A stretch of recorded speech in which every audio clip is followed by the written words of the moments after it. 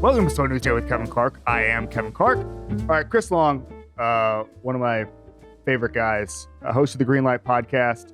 He is in the studio right now. He just did a hit on Good Morning Football. What's going on, Chris? What up, Kev? How you doing, man? I'm doing good. It's midway through the season, and I don't have a handle on anything. Marcus Spears on this show last week, and my first question was just name the good teams. Right. And I think that's kind of still where we're at, bro. Yeah. I don't really know what's happening. There's 3 good teams, and then there's a bunch of teams that I don't want to watch in primetime. I think the Niners are good. I would add Niners in there. Yeah. Part of that might be my confirmation bias of picking them to appear in the Super Bowl. Obviously, the Eagles have played better. But there's a couple teams in there, like Minnesota just got better yesterday, right? Yes. And then there's some, in the AFC, there's that next tier, which is like Baltimore got better, Miami got better. And you can kind of tell on trade deadline day who thinks they're within a stone's throw of this thing. So I think it's interesting. And now we're going to start to figure out there's a lot of teams with their backs against the wall now too this weekend. So be fun. I feel like the Dolphins' big move yesterday with Bradley Chubb is designed to get us all insane, because if the Dolphins win a bunch of games, but Tua isn't the reason for it, I feel like everything becomes 20% more toxic, because Dolphins fans get to claim victory. Mm-hmm. And then we sort of people who've maybe doubted Tua get to say, well, it wasn't really Tua, and then they can shove the wins back in our face. Yeah. I feel like we're entering a new chapter of Tua-dom. If we met a bunch of Dolphins fans, I think in like a parking lot, and I'm not going where you think I'm going with this, I think we would have a good conversation. If they would just stop being so fucking crazy all the time. They think, for instance, I question his ability to throw the deep ball this offseason. Okay. Sure. I was wrong about something. I didn't know Mike McDaniel would be this much of a wizard, right? I mean, Tua's played good football, but that's not enough for people to hear. They want you to submit. They want you to, whatever it is that they want to hear it. And, you can't point out the nuance in how that offense is operating. So a lot of times I just don't talk about the Dolphins. Okay. Like somebody in Miami wants to hear about well, you're not going to hear about the Dolphins, man, because you guys are insane. You guys are legitimately insane. You're telling Kurt Warner he doesn't know fucking football. You're telling Mina Kimes she doesn't study.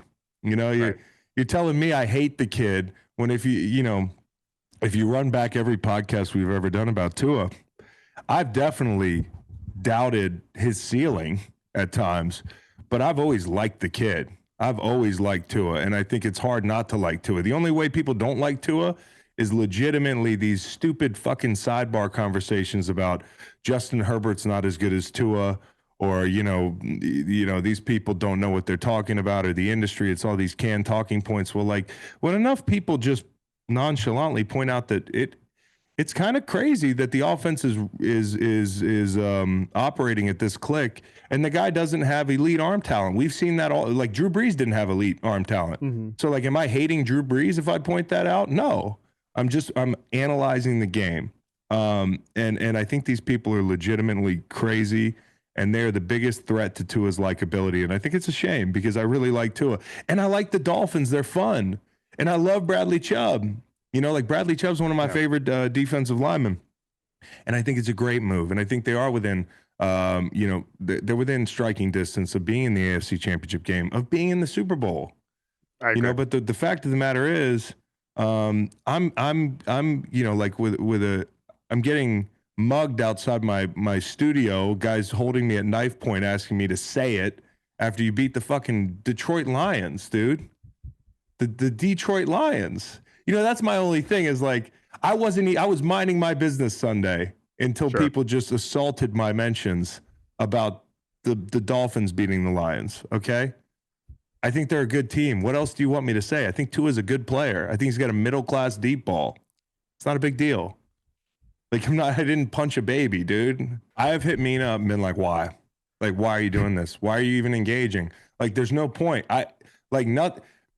I'm not getting in the weeds with these people. This is their Super Bowl is a Twitter argument with you and I'm not doing it. Like I'm passing on it. And what you're seeing is a lot of media members who are afraid of these cats, and they're submitting, they're bending the knee, and the goalposts are moving. Like, what are we even talking about here? Everybody agrees the Dolphins are scary.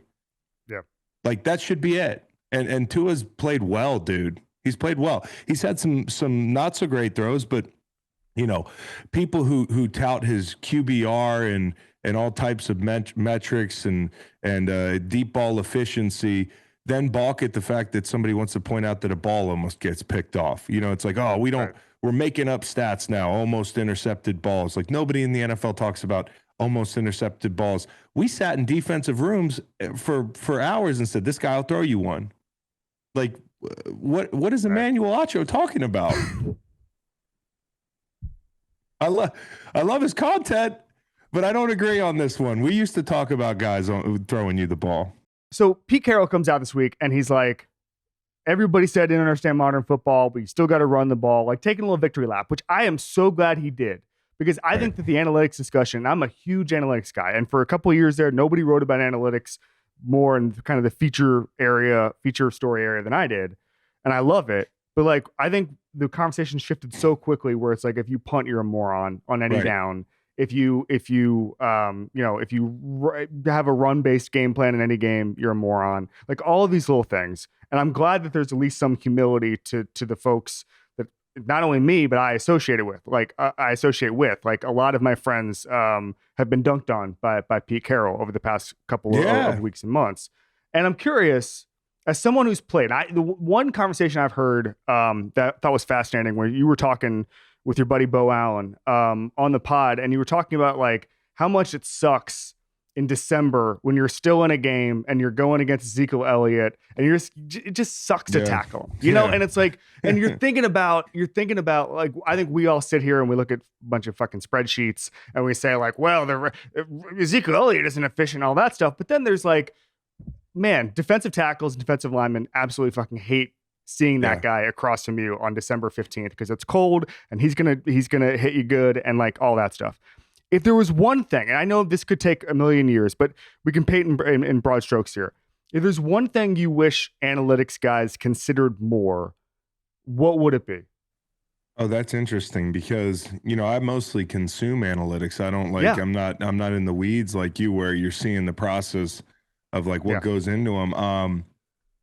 When it comes to the run game, I do think there's a place for traditional run game in the NFL. Like, and you can see these running backs, like the value of the running back, it's not coming back per se, but you're seeing, some teams like Derrick Henry's the reason that Tennessee's been relevant. He's a machine. This Kenneth Walker kid, he makes a big difference for them, right? And Pete Carroll's doing his victory lap. Another thing they've done well is they've drafted well. Like, and Pete kind of ceded some of that responsibility, and they did a hell of a job in this year's draft. If you can't run the ball when you have to stabilize a situation in a football game, when you got quarterback's having a bad drive or that sort of thing, like you're in trouble, and I really think like you can get to the run game now in the NFL a bunch of different ways. And honestly, towards the end of my career, seeing the way it was going, like things became more lateral, and that became a problem for me. Like early in my career, it was counter, it was power, it was we'd play San Francisco and they have that big offensive line, and you knew what was coming. It was all about like, can you stop it? Do you have the technique, the strength, the players to stop it? That game doesn't exist as much anymore. And towards the end of my career, like it was like standing on a freeway and watching cars pass like left to right. Whether it's this ghost motion stuff or like sweeps or, then it was the quarterback read, and it became more, it wasn't suited for a guy like me, You really got to be able to run, right? You got to be able to run down plays. It's not just about like, hey, set an edge and stand there and pop off. So I think now even more so, like you're seeing how teams are getting to the run game. It's got to be frustrating for D linemen, like the Aaron Rodgers to Devontae Adams effect, like, just pop that little screen out there and we'll get 5 yards that way. Like it has taken out the traditional run game, which I'm nostalgic for. And so I love seeing these small victories when teams are like doing it, because I'm like, that's the stuff I loved. I love that. I love the grind of that. I mean, but when it comes to analytics, I think people need to understand when these people make decisions, there's a contextual element that exists within a football game. You know, that like the numbers have not been updated for what's going on today. Right. You know, people don't realize that we're down a guard, or Draymond Jones is whooping our guard, or like maybe somebody's tired, or the weather's different, or the weather's turned, or like John Harbaugh against, I think it was Green Bay, making a decision based upon last year, based upon his depth in the secondary and not wanting to go into overtime or things like that. I just wish people weren't so strict, and like you kind of alluded to it. There's this. I think analytics has bad branding. I think you guys are coming out of it. Yeah. Because like we just imagine these gung ho people, like the triggered meme with the lady in the beanie. Like that's how we imagine analytics. Like when I was a player, I was like, this analytics crowd's scary.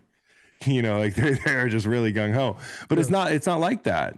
Like most analytics people are very reasonable. There's just a few that really mess up the branding.